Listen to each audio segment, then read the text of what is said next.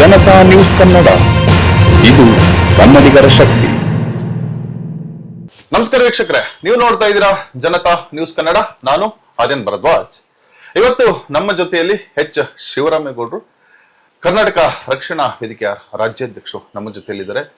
ನಮ್ಮ ಮುಂಬರುವ ಜನತಾ ನ್ಯೂಸ್ ಕನ್ನಡ ವತಿಯಿಂದ ಆಯೋಜನೆ ಮಾಡ್ತಾ ಇರ್ತಕ್ಕಂಥ ಜನತಾ ಅವಾರ್ಡ್ಸ್ 2026 ಕಾರ್ಯಕ್ರಮಕ್ಕೆ ಸಾರ್ನ ನಾವು ಆಹ್ವಾನ ಮಾಡಲು ಬಂದಿದ್ದೇವೆ. ವಿವಿಧ ಕ್ಷೇತ್ರಗಳಲ್ಲಿ ಗುರುತಿಸಿಕೊಂಡಿರ್ತಕ್ಕಂಥ ಸಾಧಕರನ್ನ ಗುರುತಿಸಿ ನಾವು ಒಂದು ಅವಾರ್ಡ್ ಕಾರ್ಯಕ್ರಮವನ್ನ ಮಾಡ್ತಾ ಇದ್ದೇವೆ. ಸರ್ ನಮಸ್ತೆ. ನಮಸ್ಕಾರ. ನಮ್ಮ ಚಾನಲ್ ವತಿಯಿಂದ ಜನತಾ ಅವಾರ್ಡ್ಸ್ 2026 ಕಾರ್ಯಕ್ರಮವನ್ನು ಆಯೋಜನೆ ಮಾಡ್ತಾ ಇದ್ದೇವೆ.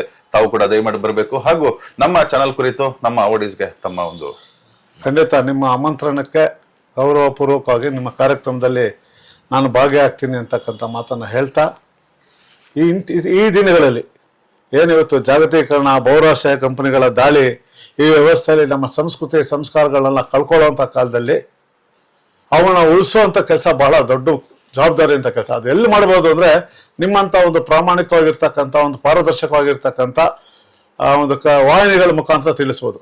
ಅದರಲ್ಲೂ ನಿಮ್ಮ ಏನು ಜನತಾ ನ್ಯೂಸ್, ಇದಕ್ಕೆ ದುಡಿತಕ್ಕಂಥವ್ರು ನುರಿತರು ನನ್ನ ಸ್ನೇಹಿತರಂತ ಕೆನ್ಲಿ ಗೌಡ್ರಿದ್ದಾರೆ.